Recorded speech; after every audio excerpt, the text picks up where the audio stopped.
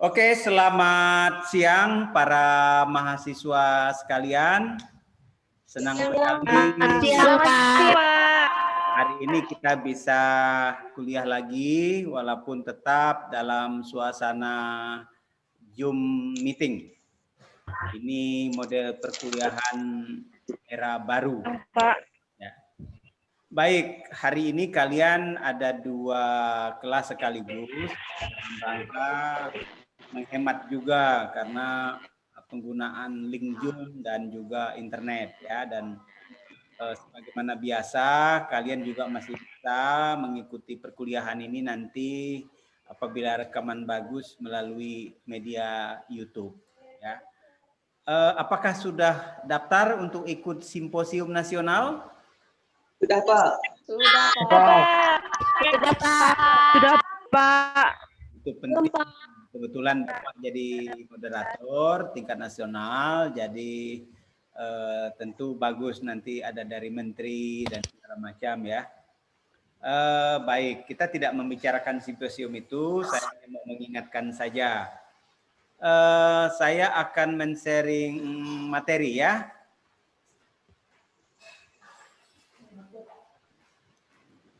Oke, sudahkah dilihat di layar? Sudah. Pak. Oke. Materi ini untuk KP5 itu sudah dari minggu lalu mulai dibahas. Namun untuk KP4 ini yang baru pertama kali kita bahas. Jadi hari ini kita mendiskusikan secara lebih detail unsur-unsur kebudayaan. Unsur-unsur kebudayaan, kebetulan Bapak sendiri sedang menulis bahan ajar lengkap untuk ilmu budaya ini, dan ini saya ambil dari bahan tersebut. Nah, apakah ada yang belum mendownload materi ini? Sudah, Pak. Sudah ya. Bapaknya masih terus itu. Mana Petrus Asang supaya nanti bisa bantu Bapak untuk menjadi asisten. Mana Petrus? Biar Bapak enggak perlu mute terus. Saya, Pak, sinyal saya kurang bagus, Pak. Soalnya di sini mati lampu. Aduh, ya udahlah kalau gitu. Sementara biar Bapak dulu lah yang mengadmit ya. Karena banyak nih yang sedang antri mau masuk nih. Jadi ya kalau Bapak terus mengadmit ya lalu kapan kita mulai masuk ya. Oke, jadi bicara mengenai unsur-unsur kebudayaan, tentu saja kita akan bicara mengenai apa yang membuat kita tahu bahwa sesuatu itu adalah budaya. Tentu kalian setelah mempelajari definisi budaya, kemudian bagaimanakah budaya itu dalam kehidupan. Nah, sekarang kita melihat unsur-unsur kebudayaan itu. Saya kira dengan menonton beberapa video yang linknya telah Bapak kirimkan, kalian menjadi lebih memahami apa yang disebut budaya. Ada yang mau berkomentar budaya itu apa? Silahkan di unmute. Apa budaya itu?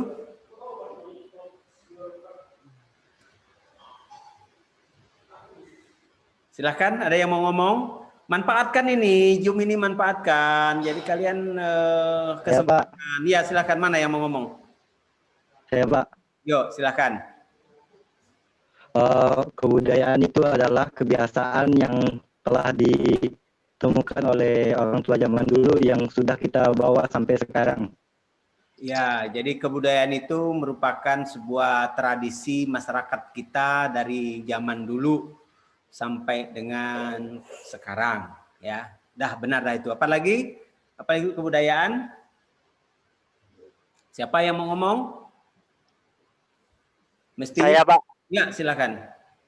Suatu kebiasaan di suatu tempat, kebiasaan seseorang atau budaya setempat yang biasa digunakan untuk ritual adat di daerah setempat. Ya, ritual adat. Boleh. Ada lagi? Silahkan. Silahkan.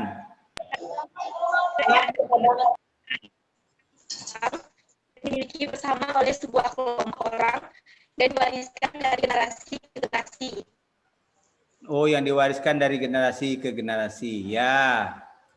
Ya. Baik, mari kita lengkapi apa yang kalian pahami itu dengan apa yang dikatakan para ahli. Misalnya seperti yang ada di layar itu, Kunchara Ningrat mengatakan bahwa para ahli antropologi memang melihat kebudayaan itu sesuai dengan perhatian mereka masing-masing. Tapi yang paling penting diketahui ya bahwa di dalam mempelajari mengenai kebudayaan itu kita pertama sekali harus melihat beberapa unsur ya.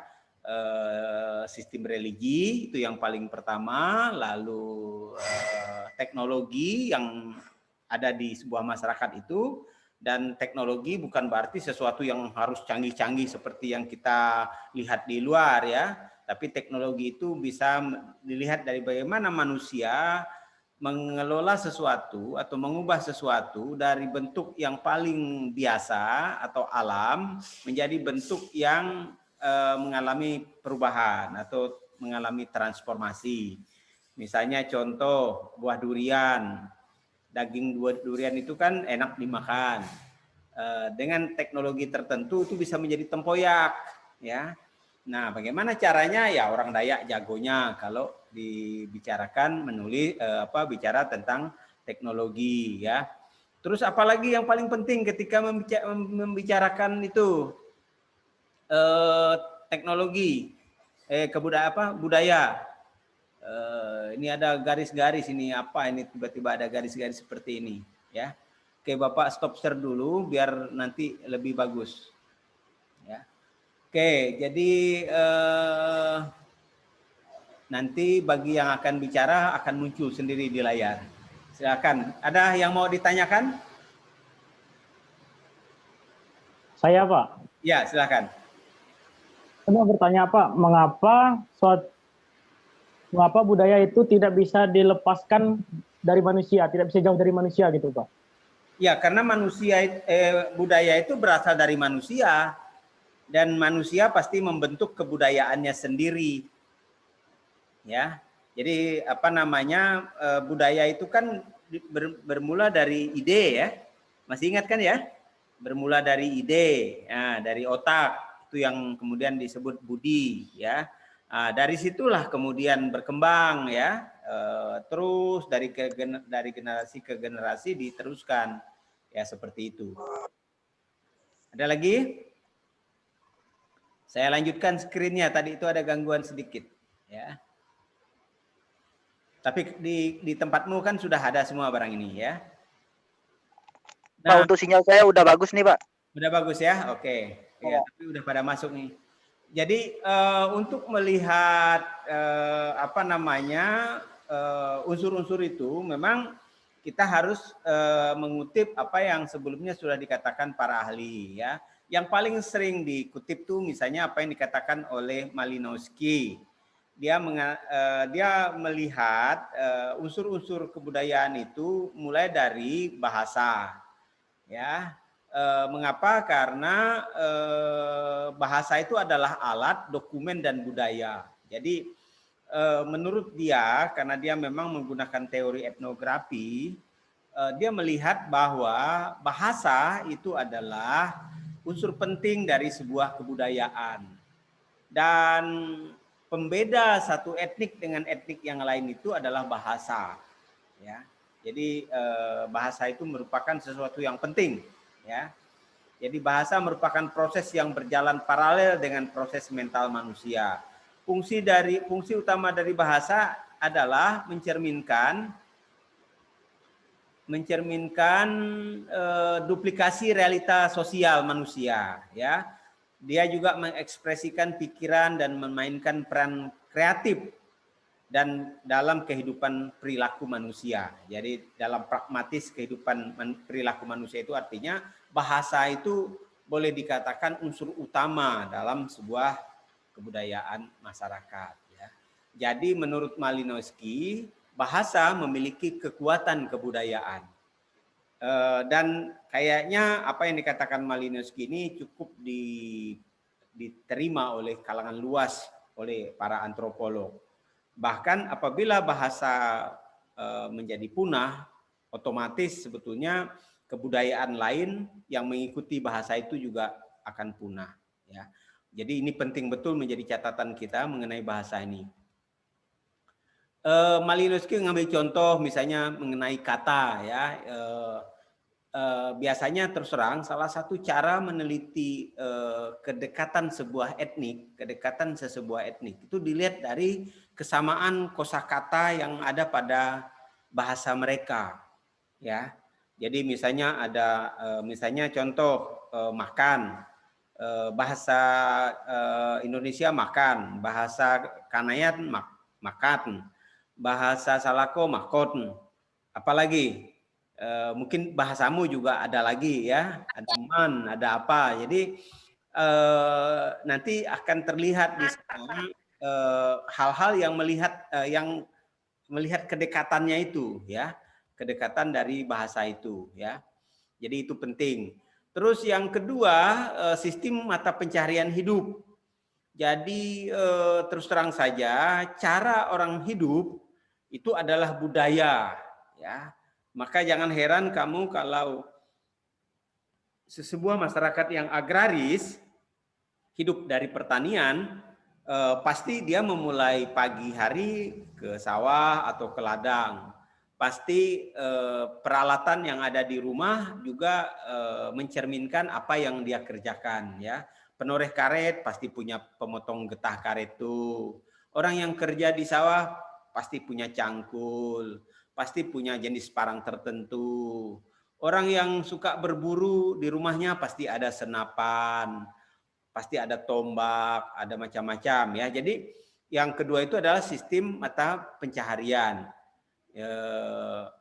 Ya biasanya sih dikaitkan ini dengan ekonomi biasanya, ya. Itu kata ekonomi itu sebetulnya kelanjutan dari mata pencaharian itu, ya. Yang pasti bahwa mata pencaharian penduduk itu menjadi salah satu unsur kebudayaan. Terus yang berikutnya lagi apa namanya, setelah dilihat dari sisi mata pencaharian ini, tentu saja mata pencaharian banyak sekali ininya, apa jenis-jenisnya. Jadi Bapak tidak perlu menjelaskan lah. Ada nelayan, ada petani, ada pedagang, ada apa yang semuanya memiliki ciri khas sendiri. Orang Dayak terus terang saja kalau dari sisi antropologi, dia memang orang yang bekerja di sekitar hutan. Dia bukan orang yang pedagang, beda dengan orang Tionghoa yang memang keahliannya berdagang, orang Padang berdagang, ya. Jadi unsur-unsur produksi yang ada pada orang Dayak itu betul-betul hal-hal yang langsung dari alam. Makanya dalam berbagai kesempatan Bapak selalu mengatakan orang Dayak itu orang yang betul-betul tidak bisa jauh dari alam, tidak bisa jauh dari hutan, ya. Berbagai macam cara manusia memproduksi sesuatu dari bumi, diantaranya berburu, meramu, perikanan, peternakan, bercocok tanam. Di dalam film video yang telah Bapak share sebelumnya itu, yang pertama sekali kita kuliah itu sudah jelas betul, hampir lengkap lah unsur-unsur kebudayaan ada di film itu. Ya, jadi makanya Bapak sendiri hari ini sebetulnya tidak terlalu bicara dari awal, dari nol, ya. Nah, di dalam tulisan ini juga kami mengetengahkan mengenai bukan hanya orang Dayak, tetapi juga penduduk-penduduk lokal di belahan bumi lain. Ya, ada di Hokkaido, Jepang, dihuni oleh suku bangsa Ainu yang berburu, beruang dan rusa, tapi juga meramu. Kebetulan Bapak pernah juga ke Kanada, ya, dekat sekali dengan Alaska, hanya tinggal beberapa kilometer saja dengan Alaska. Itu kira-kira tahun 5-6 tahun yang lalu itu, ya Bapak berbincang-bincang dengan orang Eskimo yang memang hidupnya di dalam iglo, di dalam rumah yang terbuat dari es ya. Dia bercerita banyak hal mengenai kehidupan mereka di sana dan memang sangat berbeda dengan kehidupan orang kita, orang Dayak ya. Karena apa? Karena mereka makanan pokoknya ikan ya. Kita makanan pokok kita beras. Dan ikan itu mereka cari dengan sangat gampang, hanya dengan membuat lubang kira-kira 100 meter dari tepi rumahnya, karena rumahnya dibuat di atas balok-balok es itu. Dia buat lubang, kalau dia buat lubang kecil, maka ikan yang akan keluar dari situ ikan yang kecil-kecil. Kalau dia buat lubang yang besar, yang 1 meter kali 1 meter, maka cukup banyak ikan yang bisa keluar dari situ. Jadi dia tidak mencari ikan itu menggunakan pancing. Dia mencari ikan itu hanya dengan membuat lubang saja ya. Dia buat lubang, ikan berkeluaran, lalu diambillah ikan yang berkeluaran tersebut ya. Nah, jadi masing-masing suku bangsa di dunia ini memang cara hidupnya ditentukan oleh bagaimana lingkungan yang ada di sekitarnya ya. Maka jangan heran kalau tipikal orang Dayak seperti yang kita lihat sekarang ya. Orang Dayak kalau di rumah enggak pakai baju, bukan dia enggak sopan, bukan dia mau mempertontonkan segala tato-tatonya atau mempertontonkan segala panau-panaunya yang membentuk lukisan-lukisan itu. Tapi itulah yang mereka bisa lakukan karena suhu yang panas. Tapi kalau orang di Kanada sana yang saya tahu bajunya 3 lapis. Selama Bapak ke sana ya baju 3 lapis. Kalau kurang dari 3 lapis kedinginan. Nah, jadi itu ya. Tuh, jadi yang pertama itu ini ada di sini dikatakan alam sekitar banyak dilakukan sebagai tempat mata pencaharian. Itu jadi seperti itu ya. Ada uraian cukup lengkap di situ. Kemudian ada tentang perikanan juga ya. Mudah-mudahan sudah dibaca. Ada peternak juga. Peternak itu pastoralis. Ya, jadi masyarakat yang memang mata pencahariannya peternak. Di Indonesia misalnya kawasan yang banyak padang rumput seperti di timur, daerah timur ya, itu banyak mengandalkan ternak. Karena ternak itu biasanya memerlukan bahan makanannya itu dari rumput-rumputan itu ya. Seperti itu. Dan kondisinya jelas berbeda sekali kalau dilihat dari apa yang ada pada orang Dayak ya. Itu lalu Frederick Bart, ini suku Bahtiari di Pegunungan Jogros, Irian Barat, menunjukkan bahwa suku nomadik ini memiliki sistem pembagian kerja berdasarkan jenis kelamin. Nah, sistem pembagian kerja ini adalah cara bagaimana sesuatu masyarakat itu membuat peran-peran. Makanya dalam beberapa kesempatan selalu Bapak katakan, kalau tidak salah kemarinkah ada yang bertanya paternalistik ya? Kelas mana kemarin yang ada bertanya paternalistik itu yang sesuatu suku di mana melihat lelaki sebagai pihak yang utama, lalu yang perempuan pihak yang kedua. Nah, orang Dayak tidak mengenal istilah paternalistik. Orang Dayak antara anak laki-laki, anak perempuan itu memiliki kesederajatan. Jadi orang Dayak itu lebih lebih egaliter istilahnya itu, lebih melihat anak itu baik laki maupun perempuan itu sama saja, ya. Sama disayang, sama diberi tugas segala macam, ya seperti itu. Nah, lalu hal lain juga yang kemudian bisa dilihat dari sisi misalnya ya makanan, ya terus terang saja. Makanan kita kebetulan makan nasi, tapi kalau membaca catatan-catatan sejarah tentang eksistensi orang Dayak itu dulu bukan nasi, ya. Mungkin ada yang pernah mendengar cerita nih Baruang Kuluk atau cerita-cerita lokal lain ya, tradisi lisan tentang makanan ya. Itu penting dicatat ya. Kemudian ada pakaian. Kalau kita lihat pakaian sekarang memang semua terbuat dari serat, baik serat sutra maupun dari tanaman. Ya, kalau dulu kita orang Dayak pakai kulit kayu, misalnya seperti itu. Baik, sebelum lanjut, silahkan kalau ada yang mau ditanyakan. Saya Pak. Ya, silahkan. Kan gini Pak, Sabar aja. anak muda zaman sekarang tuh mudah sekali terpengaruh akan gaya-gaya luar negeri gitu Pak. Ya. Dan kebanyakan yang saya lihat bahwa orang-orang yang berpendidikan yang membawa pengaruh ini Pak. Seperti kayak di kampung kami tuh malahan orang-orang yang sekolah tuh Pak yang kasih pengaruh gitu ke masyarakat.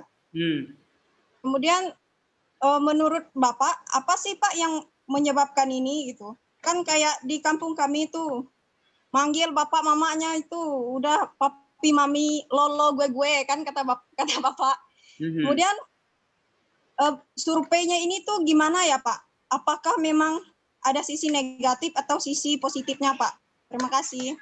Nah, ini yang menjadi pembicaraan dengan topik dinamika kebudayaan. Jadi memang harus diakui kebudayaan sesuatu masyarakat itu mengalami dinamika, ya. Pengaruhnya ya seperti yang baru Anda ceritakan itu, ya, pengaruh pendidikan, pengaruh pergaulan. Ya, yang seperti ini tidak bisa dielakkan. Mengapa? Karena sekali lagi budaya itu kan dari otak orang, lalu diikuti. Ya, kadang-kadang justru banyak orang yang melihat apa yang tadi terjadi yang seperti Anda ceritakan itu sesuatu yang memang sesuai zaman. Coba kau tanya orang-orang di kampung, dia bilang itu kan memang dah zamannya, ya. Tapi ingat, kondisi ini terus terang saja bisa menyebabkan pengaruh terhadap bahasa, ya. Jadi bisa jadi ke depan bahasa daerah akan sangat sedikit yang menuturkannya. Kalaupun dituturkan lagi itu sudah gabung-gabung dengan bahasa Indonesia, masuklah lulu, gue kayak gitu. Ya, jadi itu dinamika kebudayaan namanya si Alvina. Ada lagi yang mau disampaikan? Saya mau bertanya Pak. Boleh. Jadi seperti ini Pak, kebudayaan lokal orang Dayak itu kan bercocok tanam ya Pak, berladang. Ya. Ya, terus dalam berladang itu ada yang namanya budaya membakar ladang. Sedangkan yang kita ketahui ada juga aturan mengenai kebakaran hutan dan lahan. Nah, pertanyaan saya, apakah orang Dayak melanggar aturan? Terima kasih. Orang Dayak tentu saja menjalankan aktivitas kebudayaannya. Maka tidak semestinya mereka yang berladang harus dihukum, harus dikriminalkan. Segala sesuatu memang ada aturannya. Kan di dalam undang-undang itu yang dibolehkan 2 hektar maksimal, ya. Dan ladang orang Dayak itu dari penelitian saya dan beberapa teman lain jarang yang sampai 2 hektar itu, ya. Dan biasanya ladang orang Dayak itu memang tujuannya melestarikan berbagai jenis tanaman. Ada padi, ada sayur-sayuran dan segala macam. Ya, tentu baik bagi keberlanjutan kehidupan orang Dayak itu sendiri, ya. Itu jawaban saya. Ada lagi? Saya Pak.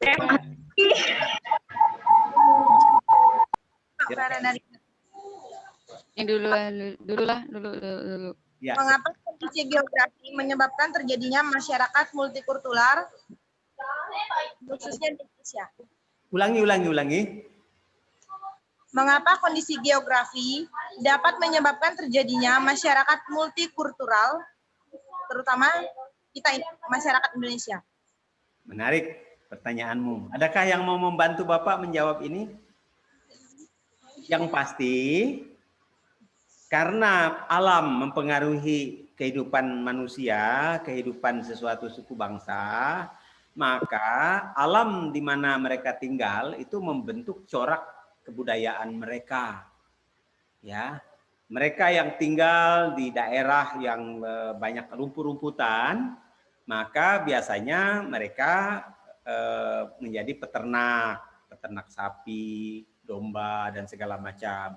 Mereka yang tinggal di kawasan hutan, ya meramu hasil hutan, mencari hasil hutan, termasuklah berladang. Mereka yang tinggal di kepulauan, pulau-pulau kecil, ya. Kebetulan Bapak pernah ekspedisi ke Selat Karimata, ya beberapa tahun lalu, melihat bagaimana orang-orang hidup di Selat Karimata, ya memang boleh dikatakan penghasilan utama mereka nelayan. Dari sore sampai pokoknya mereka datang ke kampung pagi harus menyetor ikan-ikan mereka, lalu sepanjang siang saya lihat mereka membersihkan perahunya, membersihkan peralatannya, lalu nanti menjelang sore mereka berangkat lagi ke laut. Katanya kadang-kadang berminggu-minggu juga dia ke laut itu, tergantung hasil tangkapan seperti itu. Ya, jadi itulah sebabnya mengapa faktor geografi lalu mempengaruhi kehidupan seperti itu. Bisa ditangkap ya? Pak. Yuk. Mana orangnya? Silahkan. Silahkan, siapa lagi mau bertanya? Ini KP berapa ini? Pelapianan ini KP berapa? PKK 4, Bu. Pak. Ya, PKK 4. Oke, PKK 5. Mana PKK 5? PKK 5. Silakan. Yuk, silakan. Apa penyebab keberagaman budaya masyarakat di Indonesia? Apa penyebab keberagaman? Ya. Tadi Bapak sudah menjelaskan salah satunya ya, faktor yang ditanyakan temanmu tadi, faktor alam, faktor geografi tadi itu ya. Juga tentunya selain faktor alam, faktor di mana mereka seberapa jauh pengaruh luar mereka terima ya dari proses berteman dan segala macam. Ada banyak faktor. Tentu nanti dalam pembelajaran lebih lanjut kalian akan bisa memahami faktor-faktor tersebut ya. Kita sesuai dengan tema-tema perkuliahannya ya. Cornelia ya. Ada lagi? Saya, Pak. Yuk, silakan. Silakan.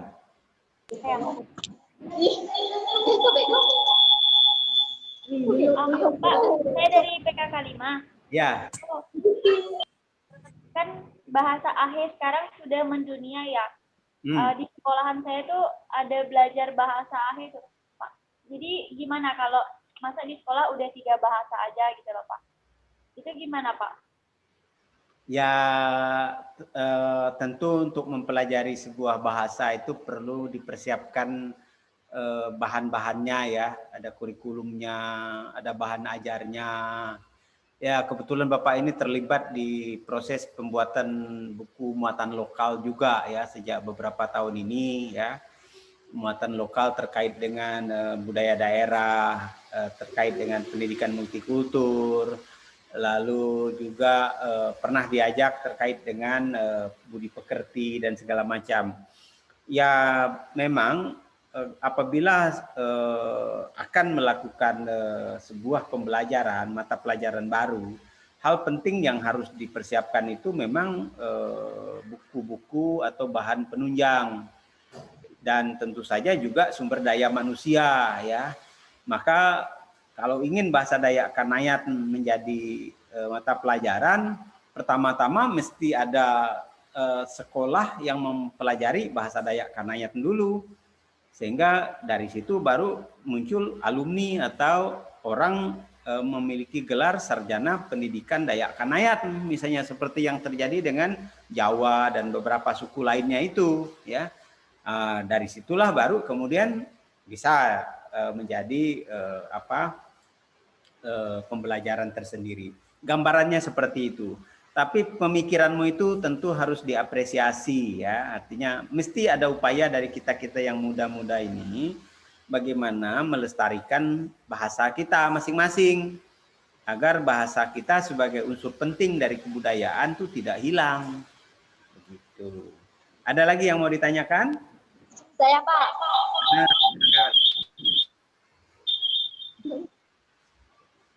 Ya, silakan. Ya, silakan. Oh ini. Jelaskan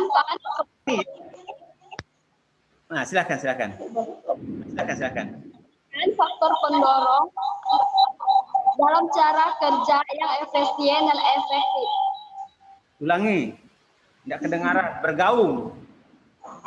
Ya Pak, tunggu geser.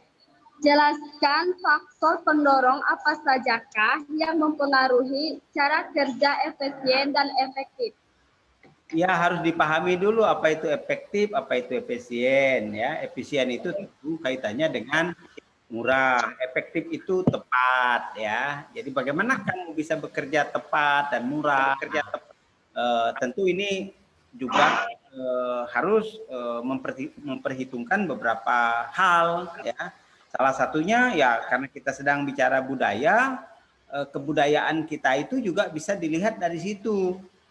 Ya, terus terang saja banyak kritikan terhadap kebudayaan kita itu karena tidak efisien katanya, terlalu mahal. Tapi ada juga yang mengatakan tidak begitu mahal. Toh dimakan bersama juga. Misalnya kalau buat nyangahat ada ayam, ada telur. Toh selesai ayam dan telur dan segala macam tuh dimakan juga. Bahkan bagus. Mengapa? Karena sebelumnya sudah disampaikan dulu kepada Tuhan kan, Oke. Nah ini Nindi, silakan. Nindi Kusuma. Silakan. Ya, Nindi Pak. Kusuma. Saya mau bertanya, Pak. Ya. Jadi di kampung saya Ya. ini kan ada istilah agama yang baru itu tidak menerima adat. Mereka tidak ikut apa itu ikut dipanyugu, tidak ada kata istilah adat istiadat intinya.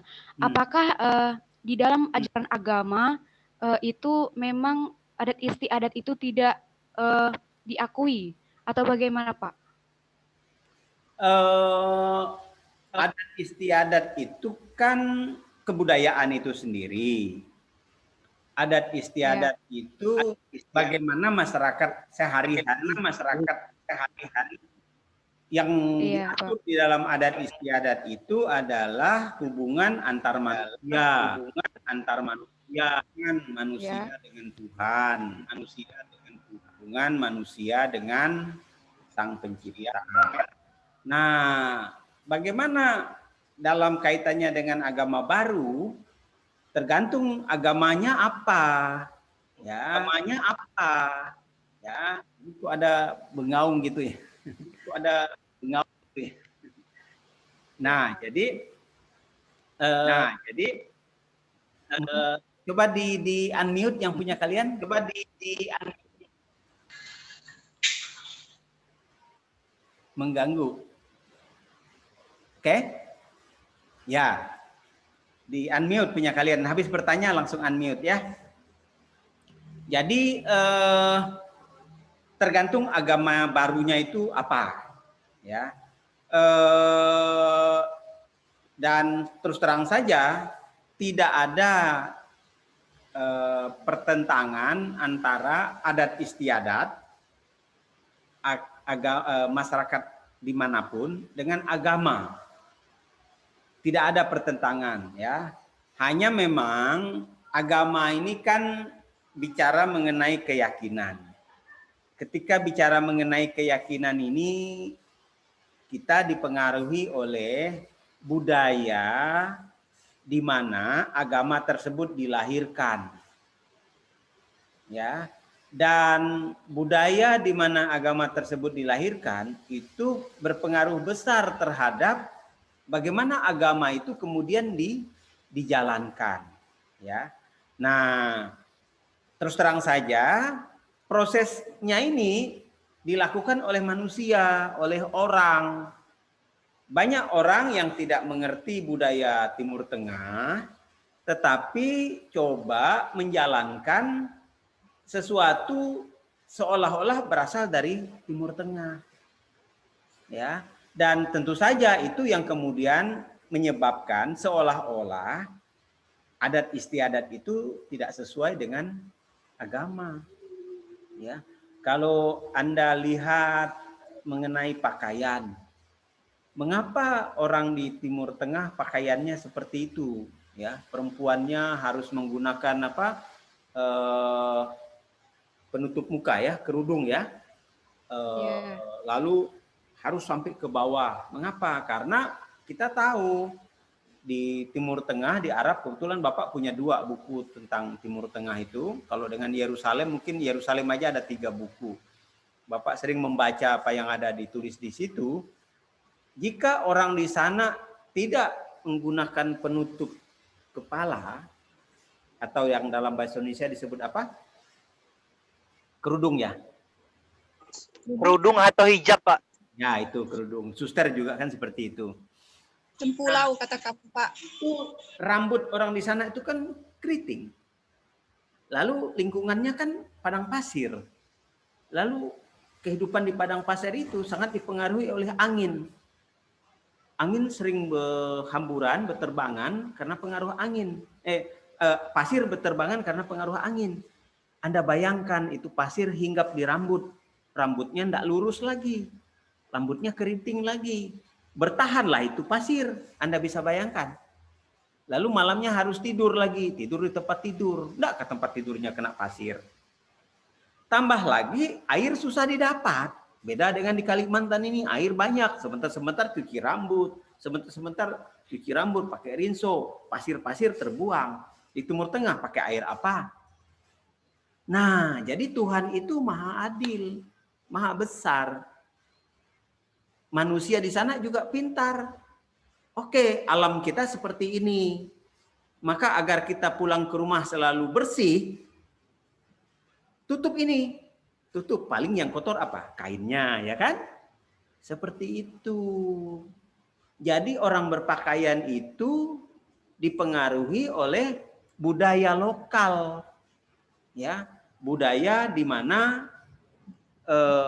kehidupan di sana terjadi gitu, ya. Maka kalau kamu dengan pakaian seperti ini, kau pergi ke daerah kutub utara sana, kamu bakal mati kedinginan, ya. Karena Bapak telah mengalami hal itu. Ya, dulu suka ngolok teman-teman di sana, tapi setelah datang ke sana ya harus pakai jaket, pakaian 3 lapis, harus semua tubuh ditutup, ya. Nah, kalau pergi ke Timur Tengah, iya harus pakai pakaian seperti itu.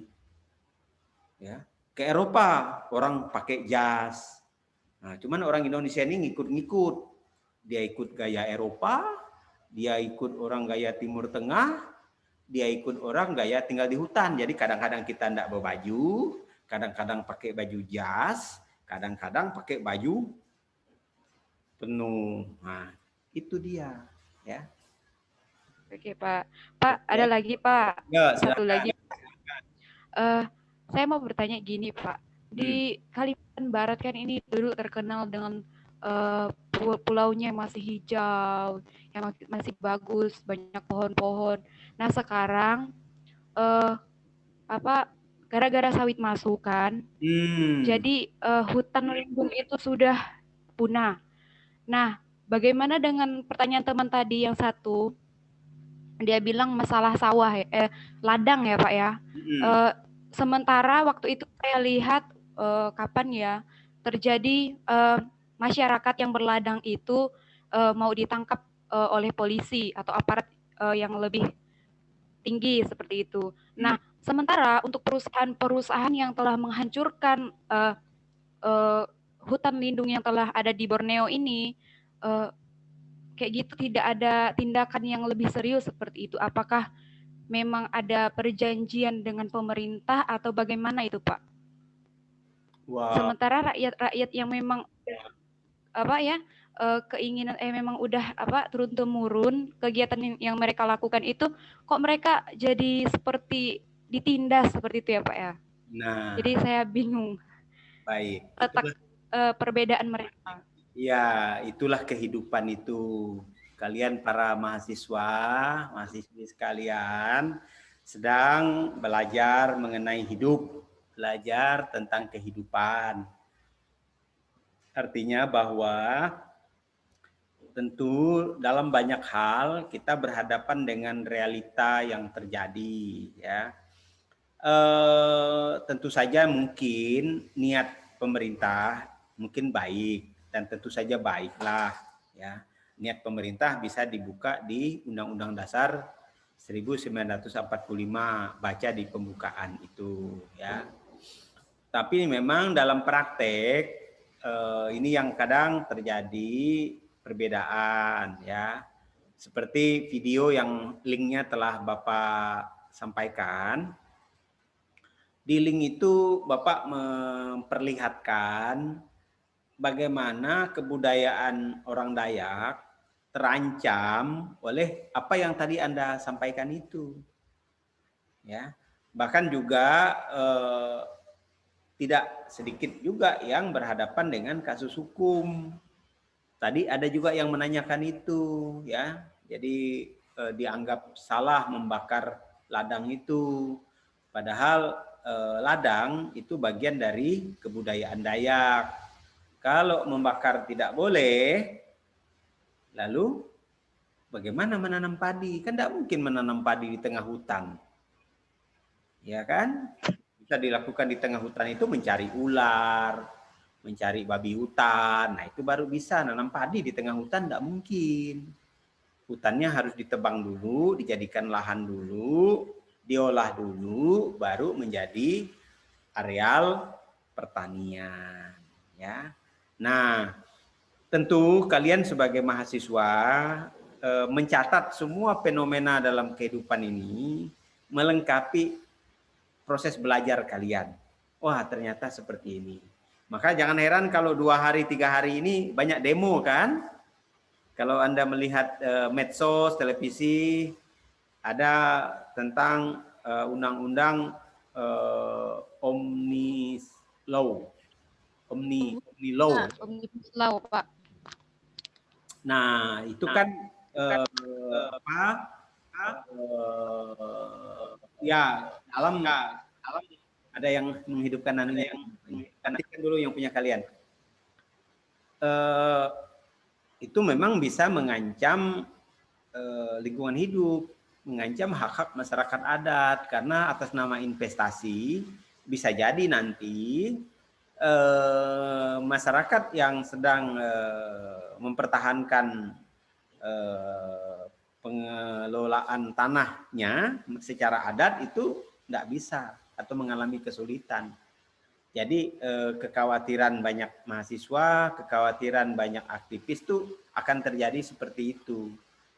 Ya, Bapak sih tidak terlalu banyak komen di Facebook ya, karena Bapak ada memposting itu dan beberapa teman ada yang agak tidak setuju dengan apa yang Bapak posting. Tapi intinya Bapak ingin kita mempelajari dulu undang-undang ini, lalu tentunya nanti ada namanya turunan undang-undang ya, peraturan pemerintah.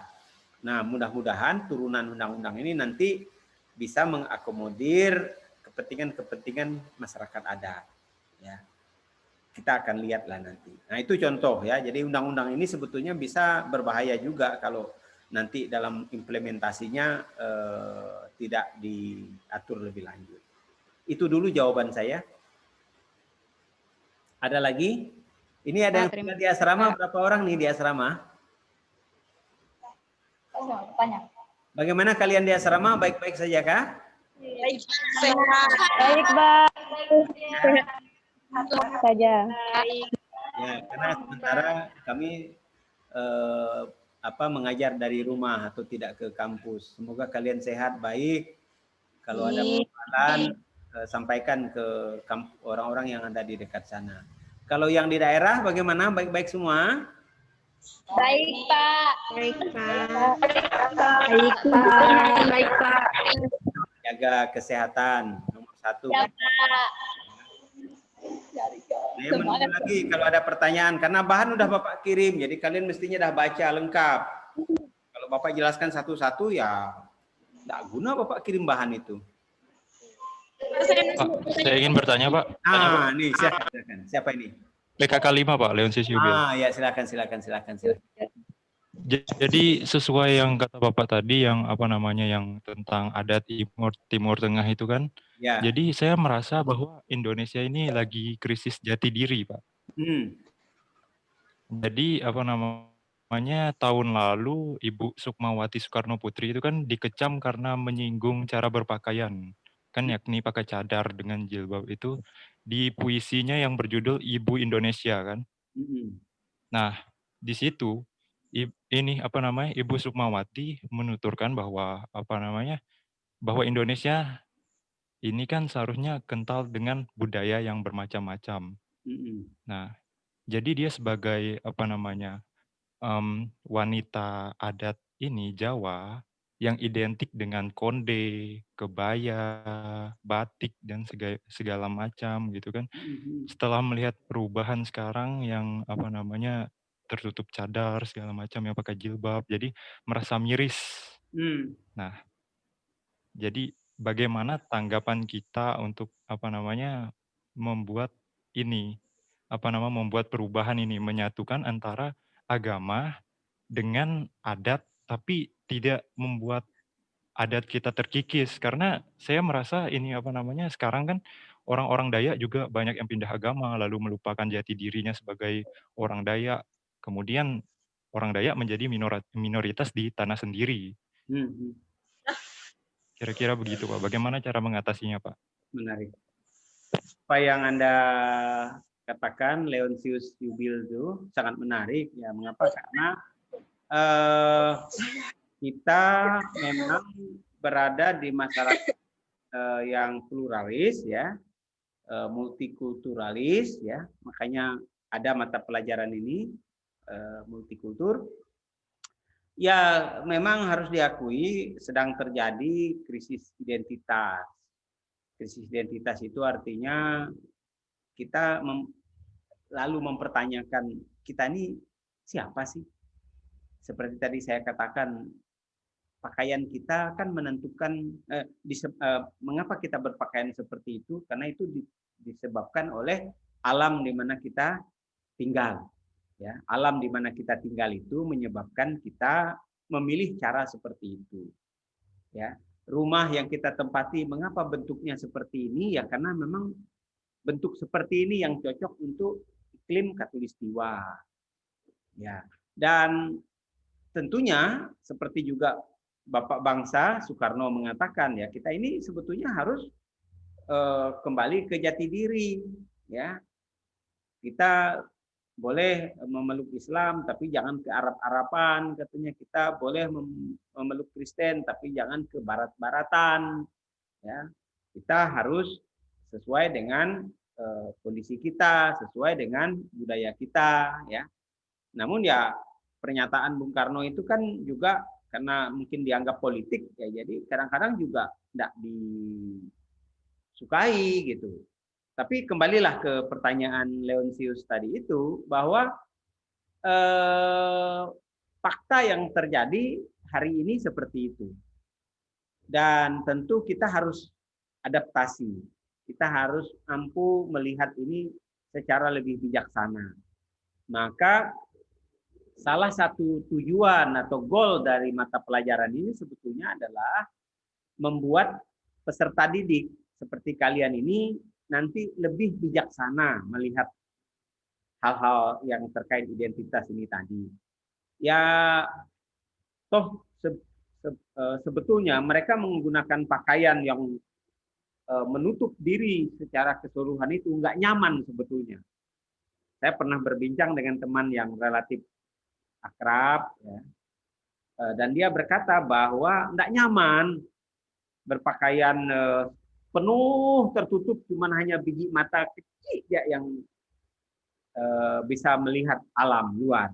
Panas, ya memang tidak cocok saya bilang, karena di Indonesia itu kan iklim tropis.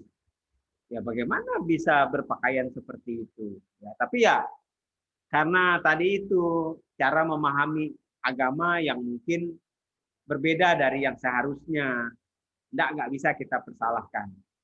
Udahlah, jadi akhirnya kita anggap saja itu hak asasi mereka. Kira-kira begitu, Leon, jawaban saya.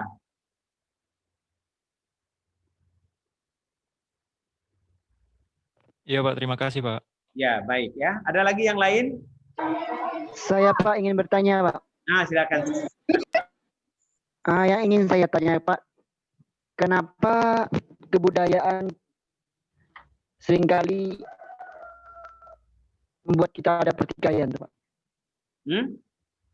Kebudayaan kan adalah pengetahuan manusia yang digunakan sebagai makhluk sosial. Ya. Tapi kadang orang menyalahkan kebudayaan, Pak. Itu kenapa, Pak? Ya, karena orang tidak memahami kebudayaan itu. Orang kadang memisahkan antara kebudayaan dengan kehidupan. Padahal kalau sudah belajar tentang kebudayaan, mestinya ya kebudayaan bukan sumber konflik. Kebudayaan itulah yang membuat manusia ini menjadi sangat berbeda dengan binatang dan tumbuhan. Mana ada babi punya kebudayaan? Mana ada sapi punya kebudayaan? Tidak ada. Ya, jadi yang punya kebudayaan itu ya manusia. Jadi itulah yang membuatnya berbeda. Dan ya, jika kemudian ada konflik yang muncul dianggap karena perbedaan kebudayaan, itu semata-mata sebetulnya karena ada kepentingan-kepentingan tertentu. Budaya sendiri itu tidak akan menimbulkan konflik. Ya. So, ambillah contoh yang paling sensitif, makanan. Apa yang membuat kita berbeda dengan teman-teman muslim? Kan makanan kan? Coba lihat wajah sama, corak hidung sama, corak alis sama, semua sama. Tapi makan berbeda. Mengapa makan berbeda? Karena akidah berbeda. Mengapa akidah berbeda? Ya karena kita memang beda agama. Ya kalau udah kita pahami kita berbeda, ya udah kita enggak usah terlalu terganggu. Enggak usah terlalu terganggu. Artinya kembalikan ini sebagai ya begitulah cara dia mengaruhi kehidupan ini. Ya, gitu ya Vincentius Roni ya. Ada lagi? Ya, silakan. KP berapa nih? 4, KP 4 kah? Oke. Saya mau bertanya, kan orang Dayak zaman sekarang banyak yang malas atau tidak mau mengelola atau memanfaatkan sumber daya alam di Kalimantan Barat, dan juga tidak mau memanfaatkan ilmu pendidikan yang ada di Kalimantan Barat, dan justru orang di luar Kalimantan Barat yang banyak datang ke Kalimantan Barat untuk memanfaatkan sumber daya alam dan juga ilmu pendidikannya. Nah, itu berpengaruh nggak Pak pada kebudayaan orang Dayak, dan bagaimana cara kita bisa mengatasi hal tersebut? Oke, suaramu tuh terganggu sinyal. Bisakah buat pertanyaannya pendek saja? Iya Pak, kan orang Barat zaman sekarang kan banyak yang malas untuk mengelola sumber daya alam dan pendidikannya. Makanya justru banyak orang luar Kalimantan Barat yang mau datang ke Kalimantan Barat gitu Pak untuk mengelolanya. Nah, itu berpengaruh nggak Pak pada kebudayaan orang Dayak dan juga bagaimana cara kita mengatasinya? Ya, menurut teori kebudayaan itu dipengaruhi oleh faktor interaksi atau pergaulan. Sudah barang tentu apa yang tadi Anda sampaikan itu berpengaruh terhadap kebudayaan. Tapi itu tidak usah dianggap sebagai mengancam kebudayaan. Tidak, dia tidak akan mengancam kebudayaan. Artinya justru sebetulnya dia akan membuat kebudayaan lokal itu menjadi lebih jelas. Ya, jadi kehadiran orang-orang luar itu justru membuat kebudayaan lokal itu menjadi lebih jelas coraknya. Ya, saya pernah membaca satu tulisan mengenai kebudayaan orang Jawa yang di dulu zaman penjajahan Belanda itu dibawa ke ada pulau di daerah Afrika atau Amerika sana itu ternyata mereka justru menjadi lebih Jawa dibandingkan yang ada di Pulau Jawa. Mereka jauh lebih melestarikan kebudayaannya. Sama juga dengan orang Dayak yang tinggal di kota. Kadang-kadang justru jauh lebih peduli dengan kebudayaannya. Ya. Corak kebudayaannya itu mau ditunjukkan. Karena kebudayaan itu kan identitas ya. Tadi kan sudah ditanyakan juga ya. Jadi begitulah kita menanggapinya. Ya. Tidak usah terlalu membuat kita ketakutan berlebihan. Mungkin itu karena pertanyaanmu itu tadi tidak terlalu jelas saya dengar, tapi mudah-mudahan bisa sesuai lah. Ada lagi kah? Saya Pak. Ya. Mengapa pemerintah atau DPR membuat peraturan secara sepihak dan tidak menolak bahwa lahan yang sudah menjadi milik masyarakat adat dan diambil alih oleh perusahaan dijauhi hukum, tetapi malah masyarakat tersebut yang ingin dipenjarakan? Pertanyaannya? Itu apa pertanyaannya?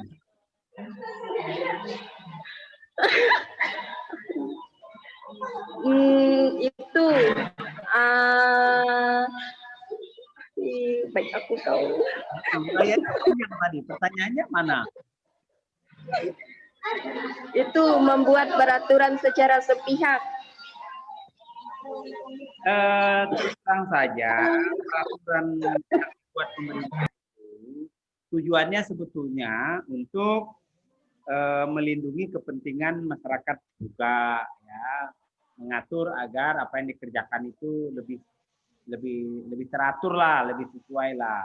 Hanya memang harus diakui bahwa yang menjadi kekhawatiran banyak orang itu biasanya di implementasi atau di penyelenggaraan, ya, penyelenggaraan. Nah, kita juga menurut saya tidak usah juga terlalu negatif melihat ide-ide yang dikembangkan pemerintah mengenai berbagai hal, ya, kaitannya dengan investor. Ya, memang harus diakui kadang pelaksanaan di lapangan itu yang berbeda dengan yang seharusnya. Maka kalau kalian dah terdidik, kalau sebuah masyarakat sudah terdidik, dia bisa mengatakan yang sebenarnya, dia tidak lagi dibohongi. Nah, problem orang kita ini kan dibohongi. Seperti itu. Ya. Oke, masih ada lagi. Ini hari mau ada hujan lebat. Mungkin satu lagi pertanyaan ya. Satu saja lagi ya. Saya Pak. Ya, silakan. Siapa yang mau terakhir? Yang terakhir. Saya, mengapa budaya dapat mengubah nilai, norma, dan keyakinan? Mengapa kebudayaan bisa mengubah nilai, norma, dan keyakinan? Sebetulnya dia bukan mengubah, tapi justru menentukan. Ya, jadi apa namanya, kebudayaan yang kita lakukan sehari-hari itu apa namanya, dipengaruhi beberapa faktor tadi itu. Karena kebudayaan punya banyak unsur kan, ada unsur yang dipengaruhi oleh keyakinan. Nah, jadi agama itu sangat kuat apa namanya, pengaruhnya itu, ya. Seperti itu. Siapa tadi yang bertanya? Saya Pak. Ya, jadi seperti itu ya. Ya. Oke, untuk menutup perkuliahan kita hari ini, saya ingin dari KP5 memimpin doa.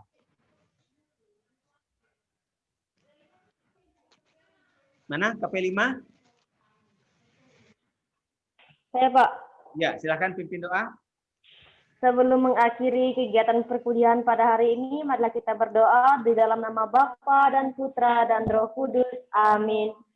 Allah Bapa yang bertata dalam kerajaan surga, terima kasih atas penyertaan dan penyelenggaraan-Mu yang boleh kami terima hingga saat ini, sehingga dari awal, pertengahan hingga akhir sistem perkuliahan ilmu budaya dasar dan multikultural ini dapat berjalan dengan baik.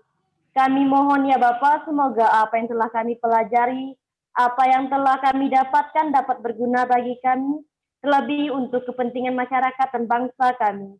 Ya Bapa, semua doa ini kami serahkan ke dalam tangan-Mu dengan pengantaran Kristus, Tuhan kami. Amin. Di dalam nama Bapa dan Putra dan Roh Kudus. Amin.